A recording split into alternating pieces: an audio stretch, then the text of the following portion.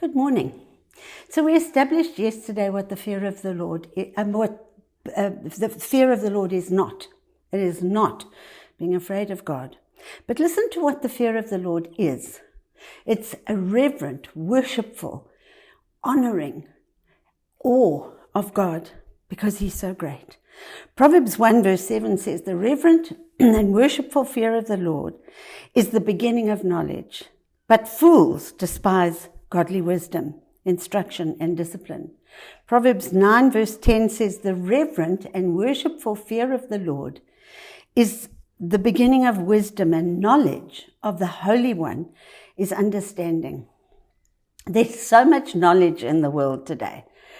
I'm always bowled over by the fact that if I want to know anything, I just pick up my phone, Google, and I get the answers. I can get spelling, I can find out what words mean, I can find out things in history, things that are happening today. But the thing is that so much of the knowledge that is in the world today is dubious knowledge.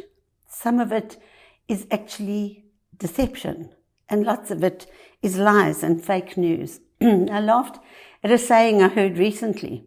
It said, if you listen to the news, if you don't listen to the news, you're uninformed.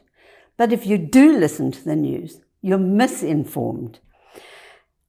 And that's what the world is like today. You never know whether anything's true or not. In fact, I fact check everything that I get on my phone. But listen to Psalm 19 verse 9. It says, "The reverent fear of the Lord is pure and clean, enduring forever. The words of the Lord are true and righteous altogether." We have such a privilege as children of God to walk in the truth. Jesus is the truth. And we have access to and the advantage of purity and righteousness to guide our lives. Knowing that we can come to Him with no fear of rejection, knowing that He hears us and He answers us whenever we ask anything of Him.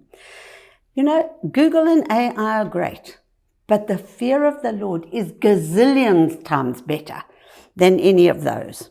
Isaiah 33:6 says, "And there shall be stability in your times, an abundance of salvation, wisdom, and knowledge.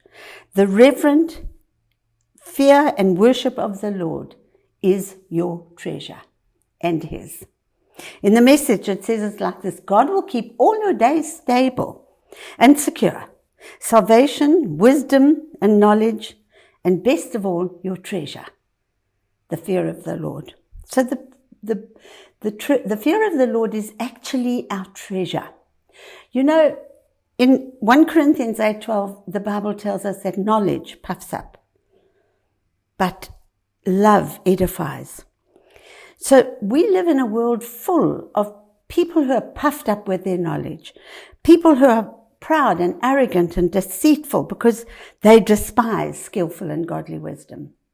There was a 19th century theologian called Charles Bridges who said this: "The fear of the Lord is that affectionate reverence by which a child of God bends himself humbly and carefully before the will of God."